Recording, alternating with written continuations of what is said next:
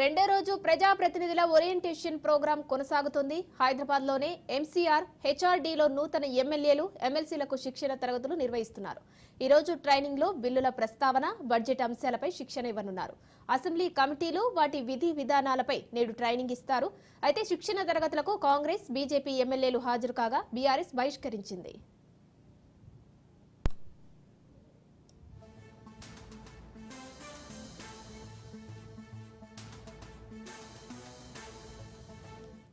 రెండో రోజు ప్రజాప్రతినిధుల ఓరియంటేషన్ ప్రోగ్రాం కొనసాగుతుంది.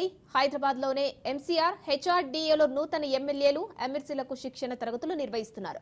ఈ రోజు ట్రైనింగ్ లో బిల్లుల ప్రస్తావన, బడ్జెట్ అంశాలపై శిక్షణ ఇవ్వనున్నారు. అసెంబ్లీ కమిటీలు వాటి విధి విధానాలపై నేడు ట్రైనింగ్ ఇస్తారు. అయితే శిక్షణ తరగతులకు కాంగ్రెస్, బీజేపీ ఎమ్మెల్యేలు హాజరు కాగా బీఆర్ఎస్ బహిష్కరించింది.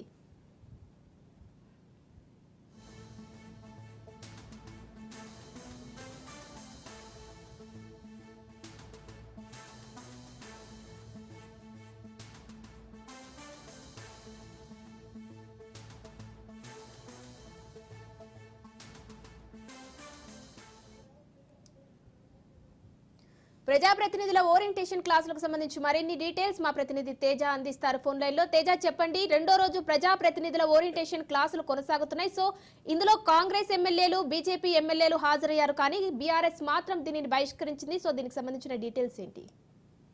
మొత్తంగా 2 రోజుల పాటు అయితే మాత్రం ఇటు ఎన్సీఆర్ హెచ్ఆర్డీలో అయితే శాసన సభ్యులందరికీ కూడా ఒక అవగాహన కల్పిస్తారు. అంటే శాసనసభలో వ్యవహరించాల్సినటువంటి తీరు, అదేవిధంగా శాసనసభలో 0 అవర్ ఎందుకు ఉంటుంది, అదేవిధంగా ప్రశ్నోత్తరాల సమయం అంటే ఏంటి, అదేవిధంగా తీర్మానాలు ఎలా ఉంటాయి, వాయిదా తీర్మానాలు ఎలా ప్రవేశపెట్టాలి, ప్రత్యేక సందర్భాలు ఏ విధంగా ఉంటాయి, శాసనసభలో వ్యవహరించాల్సినటువంటి తీరు ఏ విధంగా ఉంటుంది, దాంట్లో ఉన్నటువంటి ప్రోటోకాల్స్ ఏ విధంగా ఉంటాయి, ఇట్లా ఈ పూర్తిగా మొత్తం అన్ని అంశాలకి సంబంధించి అవగాహన కల్పించే విధంగా పార్టీలకు అతీతంగా, అంటే శాసనసభ్యులు ఎవరైతే ఉన్నారో ఎలక్ట్ అయినటువంటి శాసనసభ్యులందరికీ కూడా కొంత అవగాహన కల్పించే విధంగా కూడా 2 రోజుల పాటు ఎంసీఆర్ హెచ్ఆర్డీలో తరగతులు అయితే మాత్రం నిర్వహిస్తున్నటువంటి పరిస్థితి. ఈ ఓరియంటెడ్ క్లాసెస్ అయితే మాత్రం కాంగ్రెస్ పార్టీకి సంబంధించినటువంటి ఎమ్మెల్యేలంతా హాజరయ్యారు.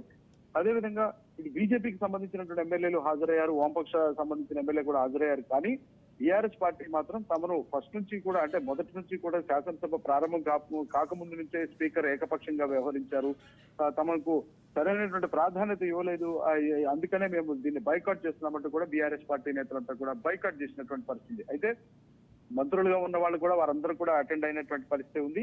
మొత్తంగా 57 మంది అసెంబ్లీలో కొత్త నూతనంగా ఎన్నికైనటువంటి శాసనసభ్యులు ఉన్నారు. వీరందరికీ కూడా ఈ అవగాహన తరగతులు అయితే కల్పిస్తున్నారు.